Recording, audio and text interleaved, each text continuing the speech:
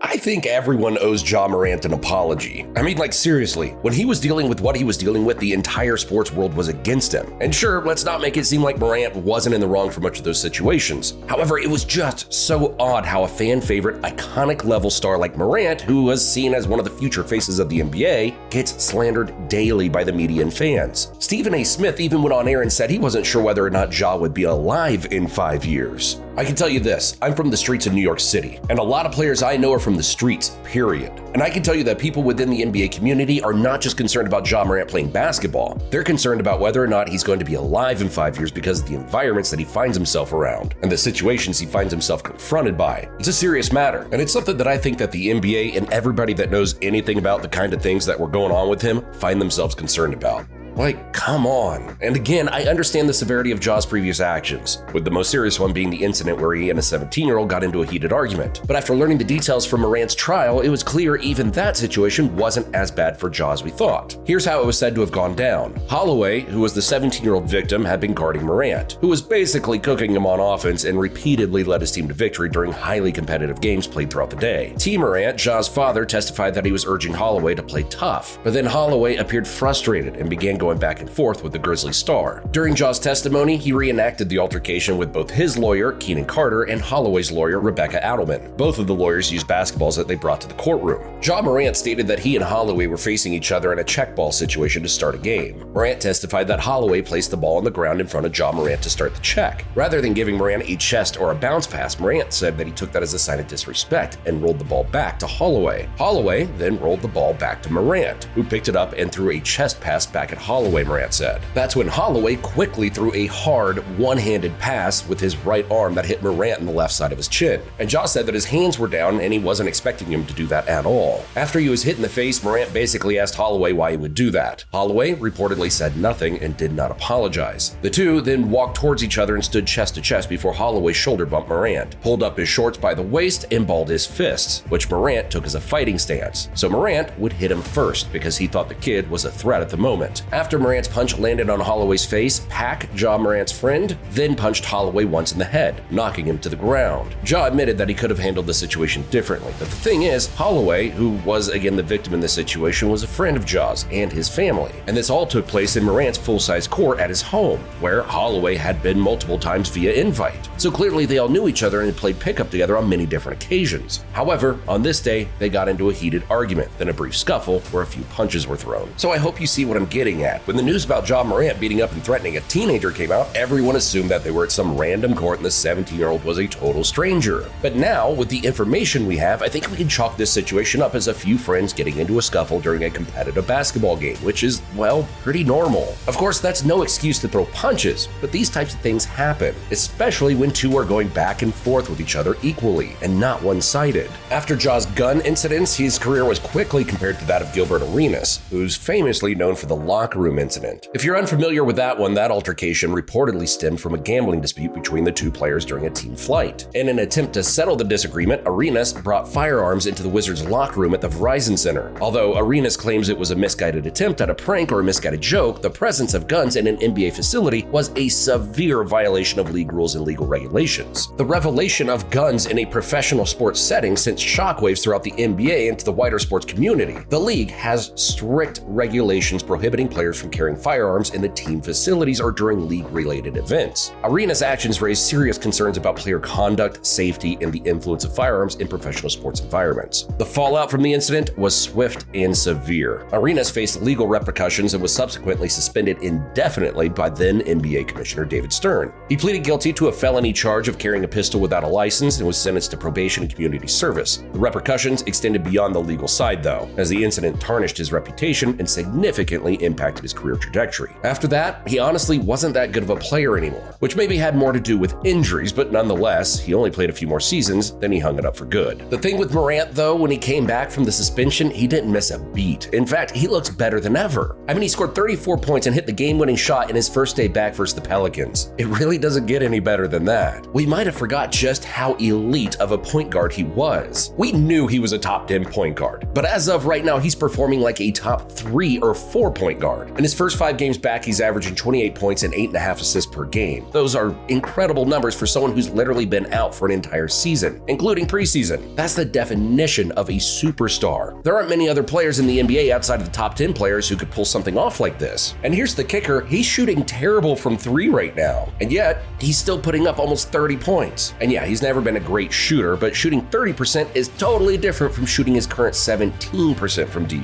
It's just a small sample size though, and it's expected of him to be at least a tad bit rusty. Once he gets his rhythm back from behind the arc, I could see him averaging 30 points per game for a large portion of the rest of this year. And I got a question for everyone that's watching right now. Where would you rank Ja Morant among all point guards? Honestly, in today's era, it's harder than ever to rank point guards because they are all so elite and versatile. I think we can maybe all agree that the best point guard in the NBA right now is Luka Doncic. His impact with scoring, rebounding, and facilitating has been absolutely insane. So I think Luka's a no-brainer for number 1. Then I think Steph Curry is second. He's kind of neck and neck with Luka, but still, Luka's better right now. And no matter the order, I think these two are the best point guards in the game. However, after them, it gets tricky. You have SGA, who's playing above an MVP level. So he's most likely going to be third, but then you still have De'Aaron Fox and Trae Young. Fox, probably without a doubt, is fourth. Now for the 5th spot, we'll give the edge to Ja Morant over Trae. Still, could go either way though. And then we still got Dame left.